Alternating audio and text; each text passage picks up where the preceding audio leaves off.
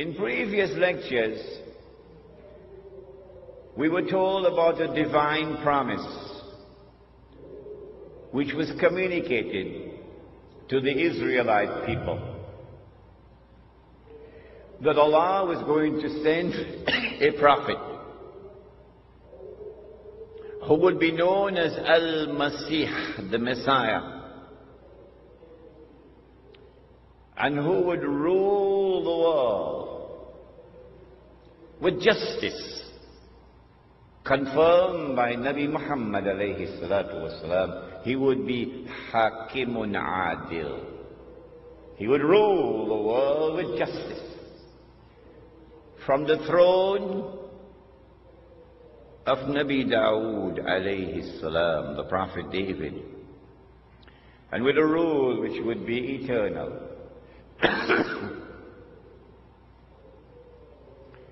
But when that promise was communicated, the Israelites were out there in Babylon, and the Holy Land was occupied. The Israelite people understood that if the Messiah was to fulfill this divine promise, there were certain logical implications which followed. Number one, that he would have to liberate the Holy Land. Number two, that he would have to bring the believers back to the Holy Land to reclaim it as their own. Number three, that he would have to restore the holy state of Israel, founded by David and Solomon, Allah's blessings be upon them. And number four, that this holy state of Israel would have to become once again the ruling state in the world. And then the Messiah could rule the world from the throne of David alayhi salam, with a rule which would be eternal.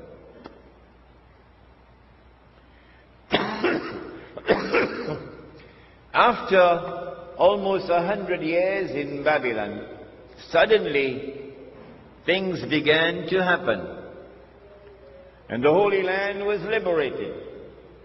The Persian Empire defeated Babylon, and the Israelite people were allowed to return to the Holy Land to reclaim it as their own, and to restore the holy state of Israel. And the temple, or the masjid, built by Solomon alayhi salam, was rebuilt. And so the Israelite people are now excited. The excitement has reached fever pitch. The Messiah must be around the corner. The golden age is coming back. We're going to rule the world one more time. And sure enough, the Messiah came. But when the Messiah arrived, the Son of Mary, while some of them accepted him, the establishment, the rabbis, the priests, rejected him. Why did they reject the Messiah? Answer: because Allah tested them. And because they were seeing with only one eye, they failed the test. They said, وَنَعُوذُ بِاللَّهِ مِنْ هَذَا, they said that his mother had committed that enormous sin. And they said that this baby was a bastard. If they had seen with two eyes, with the internal eye, then they would have known, oh no, appearance and reality were completely opposite to each other with this baby. That she was still a virgin, and she gave birth to the baby. But they did not see with the internal eye. And today's lecture reminds the speaker and the audience that unless we see with the internal eye, we will be deceived in so many different ways. And then when they saw him die on the cross before their very eyes, he could not have been the Messiah. Why? He's dead. He's dead. And the Holy Land is under Roman occupation. He's dead. He never ruled the world from the throne of David, alayhi salam. The golden age never came back, but he's dead. And so it is now confirmed beyond the shadow of a doubt. He could not have been the Messiah. What they did not know, and no one knew,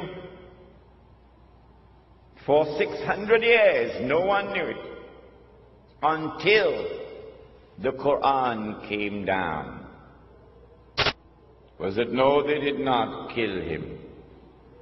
No, they did not crucify him, but rather appearance and reality were completely opposite to each other.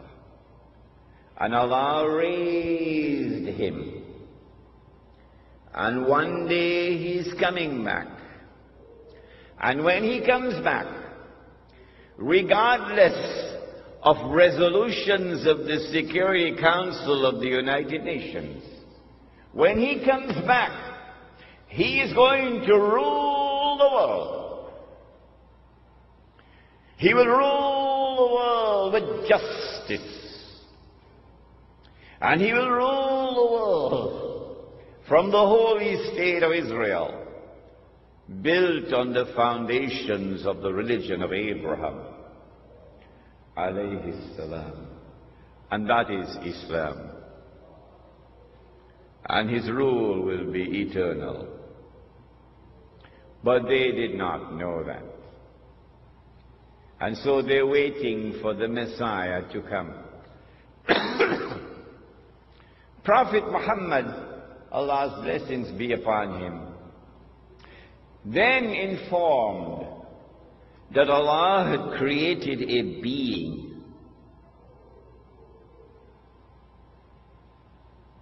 and Allah had committed to that being the mission of impersonating the Messiah, pretending that he is the Messiah. So he is the great pretender. And that he is known as Dajjal. Al-Masih al-Dajjal. Dajjal, the false Messiah, or the Antichrist. Dajjal means one who deceives. And so the Antichrist has a PhD in deception. In everything connected with the Antichrist, appearance and reality are opposite to each other.